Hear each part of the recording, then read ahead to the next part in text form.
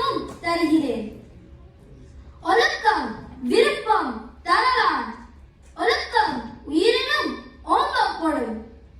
ஒழுக்கமுடன் சிறப்பாக வாழ்ந்தாலே எல்லாருக்கும் மேன்மை தரும். அதனால் அத்தகைய ஒழுக்கத்தை உயரவிட சிறந்ததாக போற்ற வேண்டும். பரிந்து ஓம்பி காக்க ஒழுக்கம், தெரிந்து ஓம்பி தீரினும் அத்தை துணை. உடலை வருத்தியாவது ஒழுக்கத்தை காக்க வேண்டும். எதை ஆராய்ந்து பார்த்தாலும் இந்த ஒழுக்கம் தான் எனது வாழ்வின் துணையாக விளங்கும். ஒழுக்கம் உடைமை, குடிமை இழுக்கம், இழுந்த பிறப்பாய்விடும். ஒழுக்கத்தை வைத்துதான் உயர்ந்த குலம் தாழ்ந்த குலம் என்று பிரிப்பார்கள்.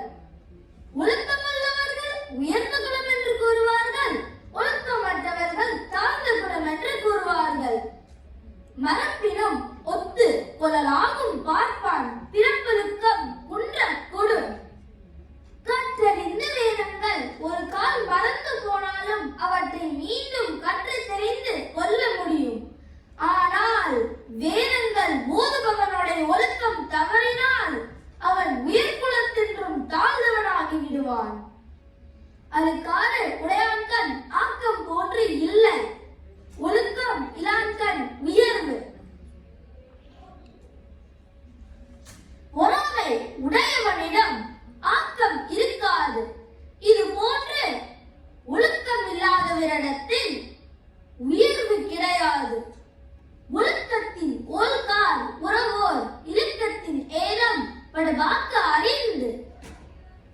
ஒழுக்கம் தவறி போனால் வாழ்வு ஏற்படும் தீமைகளை அறிந்துள்ள சான்றோர்கள் ஒழுக்கத்தில் இருந்தும் தவறாமல் வாழ்வார்கள்.